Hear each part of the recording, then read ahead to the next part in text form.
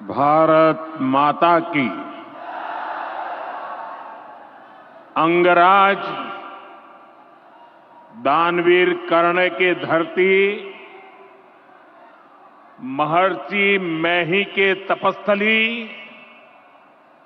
भगवान वासुपूज्य के पंच कल्याणक भूमि विश्व प्रसिद्ध विक्रमशिला महाविहार बाबा बूढ़ानाथ के पवित्र भूमि पे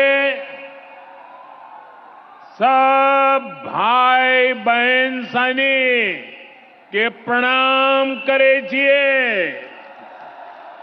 बिहार वासियों के सामने पीएम मोदी ने कुछ इस तरह अपने भाषण की शुरुआत की। बिहार के भागलपुर पहुंचे पीएम मोदी ने किसानों को बड़ी सौगात दी। उन्होंने सोमवार को भागलपुर मंच से पीएम किसान निधि की 19वीं किस्त जारी की। इस दौरान उन्होंने बिहार की कई योजनाओं का उद्घाटन और शिलान्यास भी किया।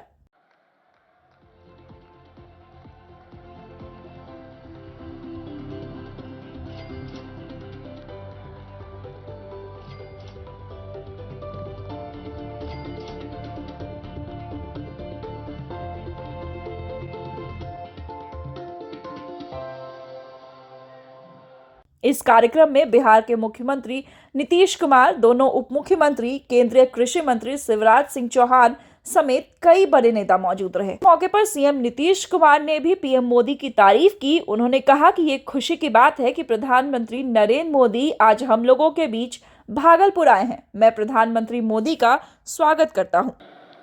आज ये बड़ी खुशी की बात है कि आदरणीय प्रधानमंत्री जी श्री नरेंद्र मोदी जी हम लोगों के बीच आज भागलपुर आए हैं। सबसे पहले मैं आदरणीय प्रधानमंत्री श्री नरेंद्र मोदी जी का स्वागत करता हूं, अभिनंदन करता हूं। ये सौभाग्य की बात है कि माननीय प्रधानमंत्री जी द्वारा बिहार से देश भर के किसानों के लिए किसान सम्मान निधि की राशि उनके खाते से भेजी जा रही है। इसमें बिहार के 76,000 से अधिक किसान भी शामिल हैं। यह केंद्र सरकार की बहुत महत्वपूर्ण योजना है जिसमें सीधा फायदा किसानों को मिल रहा है। अब हम बताना चाहते हैं कि हमारा शुरू से ही कृषि पर जोर दिया गया है। इसके लिए कृषि रोड मैप बनाकर कृषि विकास कार्यक्रम चलाए गए और वर्तमान में चौथे कृषि रोड मैप काम चल रहा है। कृषि रोड मैप लागू करने से कृषि का उत्पादन काफी बढ़ा है। साथ ही दूध, अंडा, मांस एवं मछली उत्पादन की बहुत बढ़ गया है। पहले यहाँ हम मछली दूसरे राज्यों से मंगाते थे, अब मछली के उत्पादन में हम आत्मनिर्भर हो गए। आदरणीय प्रधानमंत्री जी के नेतृत्व में देश का विकास हो रहा है और बिहार के विकास में भी इनका सहयोग मिल रहा है। पिछले बजट में, अब जो पिछला बजट इन्होंने इस बार के चुनाव में शुरू हुआ, आर्थिक सहायता के रूप में सड़क, उद्योग, स्वास्थ्य, पर्यटन, बाढ़ नियंत्रण के लिए बड़ी राशि देने की घोषणा की गई। अब इस वर्ष के बजट में भी बिहार में मखाना बोर्ड, ग्रीन फील्ड एयरपोर्ट की स्थापना, पश्चिमी कोसी नगर के लिए वित्तीय सहायता, राष्ट्रीय स्तर के 7 प्रसंस्करण संस्थान की स्थापना एवं पटना ITI के विस्तार की घोषणा की गई। यानी पिछली बार सरकार बनी तो उस बार भी उन्होंने बहुत जगह 5 जगह विशेष तौर पर खास करके, और इस बार तो और कई जगहों पर इन्होंने काम किया। तो इसीलिए इन सब चीजों के बारे में हम आदरणीय प्रधानमंत्री श्री नरेंद्र मोदी जी को हृदय से मैं उनका अभिनंदन करता हूं, धन्यवाद देता हूं। और बिहार की प्रगति में केंद्र का सहयोग सराहनीय है। और हम लोग जो आए यहां सरकार में, कब आए? 24 नवंबर 2005 को, और उसमें हम लोगों ने सरकार बनी थी।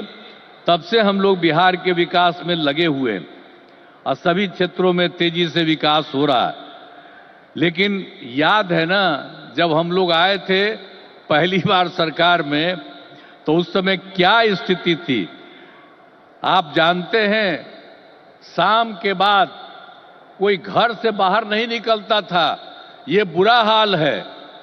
जगह जगह लोग तरह तरह की बात करते, लेकिन जो लोग भी शासन में थे, तो आप समझिए शाम में भी घर से बाहर नहीं निकलते थे। और साथ में समाज में कितना विवाद होता था। हिंदू मुस्लिम का भी झगड़ा वो लोग करते रहते थे। वोट मुस्लिम का ले लेते, लेकिन झगड़ा करते रहते थे, होते रहता था। अब पढ़ाई का हाल खराब था, इलाज का पूरा इंतजाम नहीं था उन लोगों के टाइम में। सड़कें बहुत कम थी और जो थी उसका बुरा हाल था। अब बिजली तो बहुत कम थी, देहाती इलाकों में कहां कोई बिजली थी। साथियों, एनडीए सरकार भारत की गौरवशाली विरासत के संरक्षण और वैभवशाली भविष्य के निर्माण के लिए एक साथ काम कर रही है।